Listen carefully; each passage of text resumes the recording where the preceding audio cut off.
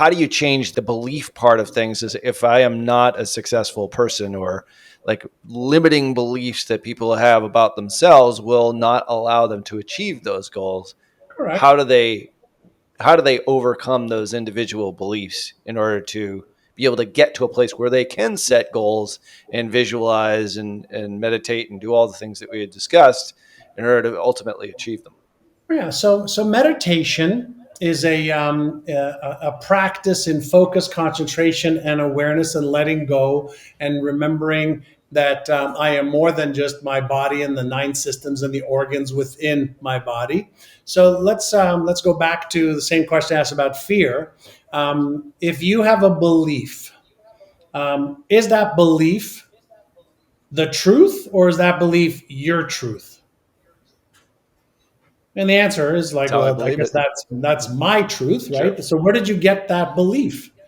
Parents, you weren't born with any beliefs genetically.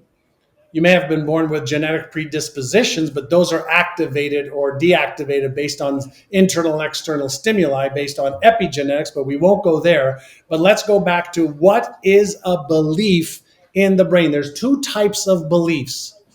99.9 people out of 100 can't tell me the two different types of beliefs, let alone how to change them. So there's a belief. A belief in the brain is nothing more than a reinforced neural pattern with associations.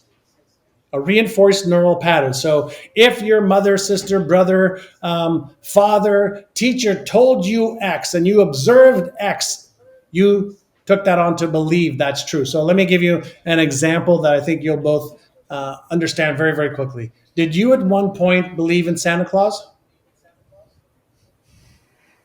I still do. Great. Did you at one Just point kidding. believe in the tooth fairy?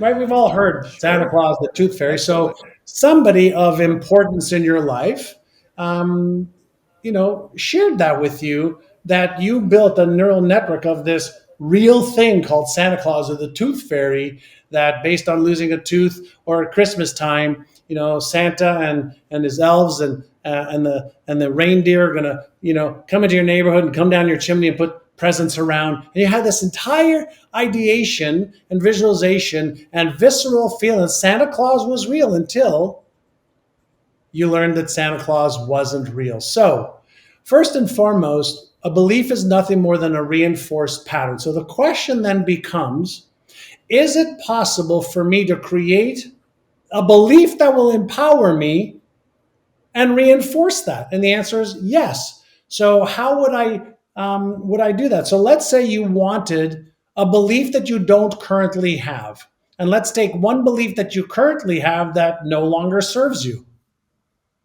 So we can use a one technique that I've used with my clients is a technique called in the past. It's called an in the past frame. So in the past, I used to believe that I wasn't good enough, smart enough, worthy enough, or in the past, I used to believe, fill in the belief that's disempowering you. And now I'm choosing to believe and reinforce and put in what you want to believe. So part one is just write that out. Part two, how do I get that into the subconscious part of my brain, the implicit part of my brain?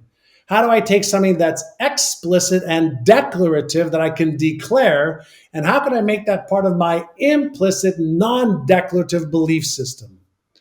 Part one is a conscious choice. Part two is where all the magic happens. The subconscious is the little hinge that swings the big door. So, can I take something that's a lie, like Santa Claus or the Tooth Fairy, and create enough references, an entire scenario around that being real, and then believing that until I don't anymore? Of course. So, why not be deliberate and say, in the past, I used to, and now I'm choosing to, and I'm reinforcing this? And what if every day, like I shared in the Hollywood actor or actress story, I read it, I listened to it, I visualized it, I was mindful around it, I started behaving in ways that are more aligned with the beliefs. When I change my identity to match the destiny that I want and the character traits and beliefs with that identity, now guess what happens? Behavior starts to change automatically. Now, here's what we know based on neuroscience research. It takes 66 days to 365 days to override an old pattern that we've had for 10, 20, 30, 40 years. So don't give me this weekend bullshit that I'm going to change it in a weekend. I can make some inroads in a weekend. I can use guided visualization. I could use mental contrasting. I can use self hypnosis or guided hypnosis. I can use affirmation, declarations, promises, and other techniques.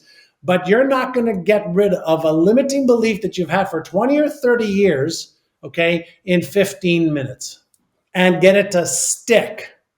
You can go to a hypnotherapist who is skilled at her craft, and she can embed into the subconscious mind a new pattern that'll last for a bit of time. No problem there.